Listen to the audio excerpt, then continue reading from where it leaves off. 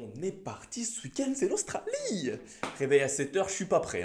Bref, j'espère que vous allez bien. Ce week-end, on va en Australie pour la 3e manche de la saison. Et autant dire qu'à la fin de cette course, normalement, on aura un œil un peu plus éclairé sur qu'est-ce qu'en est la réelle hiérarchie cette saison. Enfin bon, pour le moment, parce qu'avec les améliorations, ça va vite changer. Je vous propose qu'on attaque tout de suite avec Perez ou Verstappen, qui c'est qui gagne? Non, parce que c'est bon, je vais arrêter de faire genre Ferrari ou Mercedes peut gagner. Non, on arrête les conneries, c'est Red Bull, donc Verstappen ou Perez. Même Aston? Ah oui, non, même Aston, ça peut pas gagner. Super pour l'excitation du week-end, toi. Mais ça l'est toujours excitant, un week-end de Grand Prix. Donc bon, comme je disais, Perez ou Verstappen? Verstappen tous les jours. Bah, c'est quoi, j'en suis pas si sûr, Arrête de faire genre pour la vidéo, c'est tout ce que tu penses. Alors déjà, tu vas arrêter, y a pas à m'exposer comme ça devant tout le monde, là. Et oui, dans le fond, je pense sincèrement que Verstappen est le plus fort. Mais honnêtement, Perez, je commence à l'estimer de plus en plus. Parce que à Jeddah, je pensais honnêtement que Verstappen allait le bouffer après la safety car. Mais au final, il a même plus que bien tenu. Il a carrément creusé l'écart à certains moments. D'accord, mais moi, que c'est lui un problème, il est parti plus loin. Certes, mais c'est pas pour autant que Perez ne peut pas le tenir en Australie s'il part devant aussi. Regarde à Bahreïn,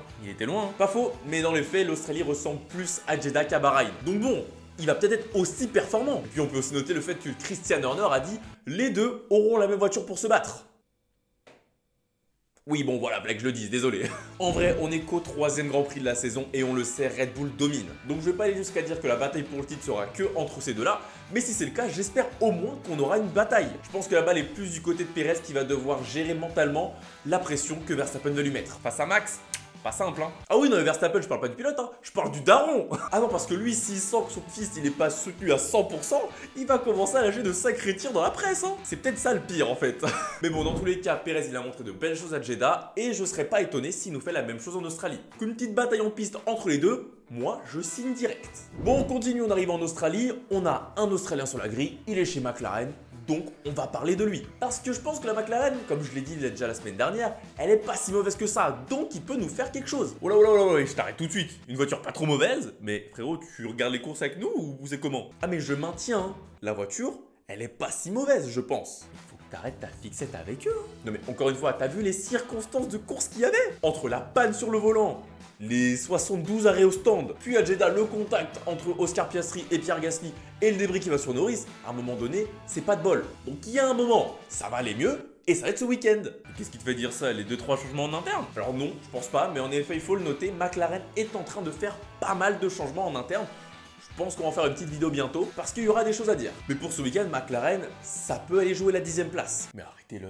Mais qu'est-ce qu'il a pris? Non mais Lando Norris dans une voiture bien réglée et avec un poil plus de chance que ces 2 derniers week-ends, ça va jouer dans le midfield sans problème, même avec une monoplace un peu moins performante. Et puis Piastri à la maison, il a fait une Q3 le week-end dernier, il est de plus en plus en confiance dans la monoplace.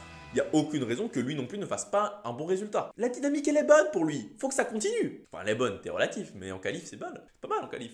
Oui, et puis si ça fait 17 et 18, ce sera quoi l'excuse? Bah écoute, on verra bien lundi, mais en tout cas, moi, j'ai de l'espoir pour eux. Alors ensuite, on va parler de AC2 Alpine, parce que j'ai vu un article bien sympa où Günther Steiner, il disait « La Haas est aussi rapide que l'Alpine ».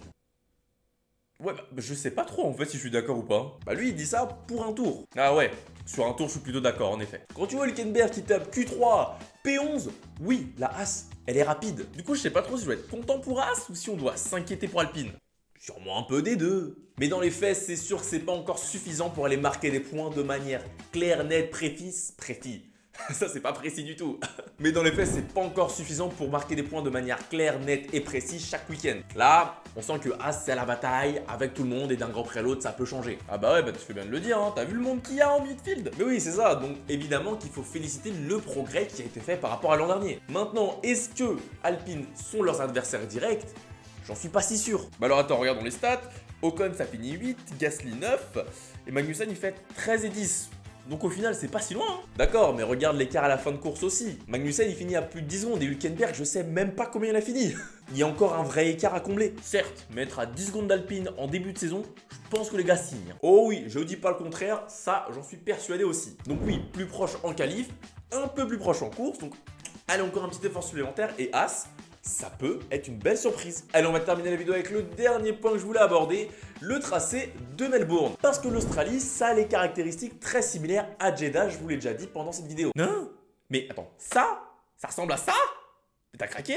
Alors oui, visuellement dans les faits, c'est pas vraiment pareil. Mais il y a pas mal de virages à moyenne vitesse. Il y a 2 grandes zones à grande vitesse, les 2 lignes droites, et on a que très peu de virages lents. Donc, ça ressemble à Jeddah. Ouais, comme tu le dis, ça se tient en effet.